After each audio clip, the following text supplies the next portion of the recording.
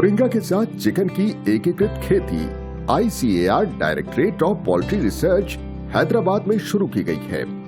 Moringa या फिर सहजन के पेड़ों के बीच पोल्ट्री फार्मिंग का विचार माननीय केंद्रीय मंत्री श्री गिरिराज सिंह जी ने व्यक्त किया था, जिनके मार्गदर्शन और निर्देशन में ही मोरिंगा और कुक्कुट की एकीकृत फार्मिंग का काम शुरू किया गया।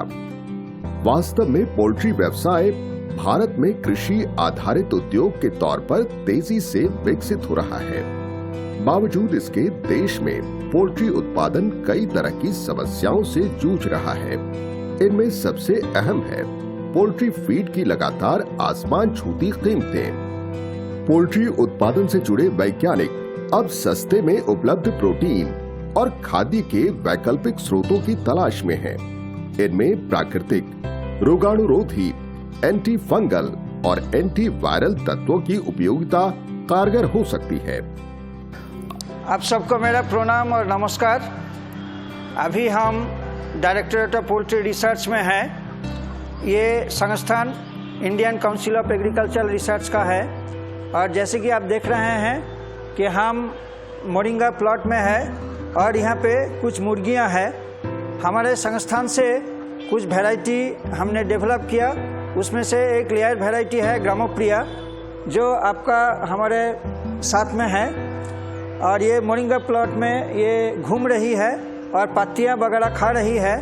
तो हमारे माननीय केंद्रीय मंत्री श्री गिरिराज सिंह जी महोदय का ये आइडिया था कि मोरिंगा के साथ अगर चिकन मुर्गी का एक इंटीग्रेटेड फार्मिंग सिस्टम किया जाए तो सबसे अच्छा है, इसमें प्रॉफिट सबसे ज़्यादा होगा। तो जैसा कि आपने सुना, मोरिंगा के साथ पोल्ट्री की इंटीग्रेटेड फार्मिंग कुल लागत को कम करने में मदद करती है। इसमें किसानों को पशुधन के साथ उपज का दोहरा फायदा मिलता है। हम यहाँ मोरिंगा ओलिफेरा की बात कर रहे हैं, जो बहुउपयोगी पेड़ है। इसे हिंदी में सहजना, सुजना, सेंजन और मुर्गा आदि नामों से भी जाना जाता है। मोरिंगा भारत में व्यापक रूप से उगाया जाने वाला और आर्थिक महत्व वाला पौधा है। मोरिंगा की पत्तियों में एंटी माइक्रोबियल, एंटी फंगल और एंटी वायरल तत्व जैसे कई गुण मौजूद होते हैं।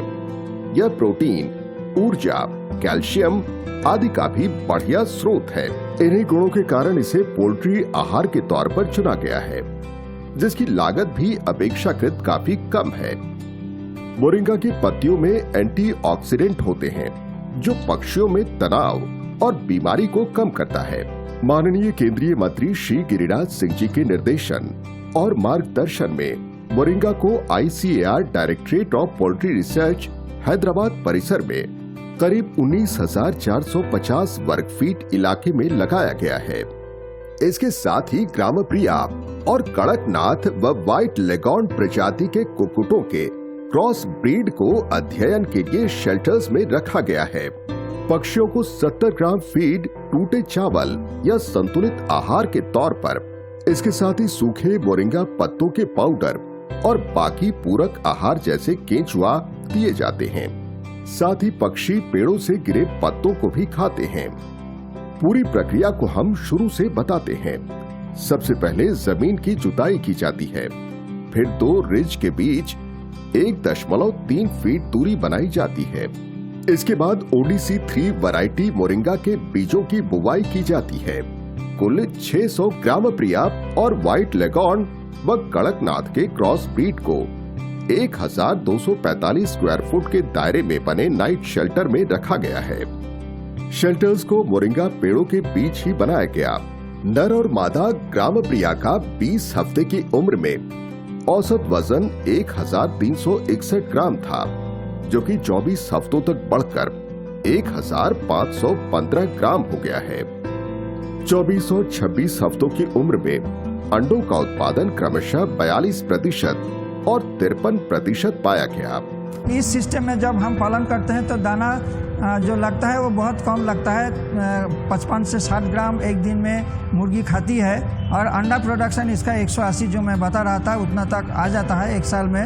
और इसके साथ साथ जो ये दाना जो कम खाती है, ये तो सजना जो मोरिंगा है मोरिंगा का लीव्स खाती है और मोरिंगा का जो लीव्स का ड्राई करके जो पाउडर होता है वो मोरिंगा लीफ पाउडर हम 2 ग्राम पर डे का हिसाब से एक मुर्गी को देते हैं। और मोरिंगा में हमने एनालिसिस करके देखा है कि करीब 18.6% प्रोटीन मोरिंगा ड्राइड लीव्स में रहता है। जो इसका तो दाने का मेन जो कॉस्ट ऑफ प्रोडक्शन जो है, मतलब जब हम मुर्गी पालन करते हैं इसका कॉस्ट ऑफ प्रोडक्शन होता है, मेन चीज़ जो होता है वो 70% फीड कॉस्ट होता है। तो इस सिस्टम में रखने में एक तो एडवांटेज है इसका कि इसका फीड कॉस्ट रिड्यूस हो जाता है, दाना कम खाती है जो हम देते हैं, और जो इसका सर्वाइबिलिटी है, मतलब मोर्टेलिटी इसका जो है, डेथ इसमें नहीं होता, बहुत कम मरती है, तो इसका जो टोटल प्रॉफिट है वो ज़्यादा होता है। पोल्ट्री उद्योग वर्तमान में कचरों के जमा होने की परेशानी से भी जूझ रहा है। व्यापक उत्पादन प्रक्रिया में खाद और पक्षियों की बीट बड़ी मात्रा में जमा होती है, जो वास्तव में पर्यावरण संबंधी समस्या खड़ी करती है। पोल्ट्री कचरे को खाद और वर्मी कंपोस्ट में बदलना ही अच्छा विकल्प है। ICAR directorate of poultry research Hyderabad के पोल्ट्री वेस्ट मैनेजमेंट यूनिट ने इस दिशा में काफी काम किया है।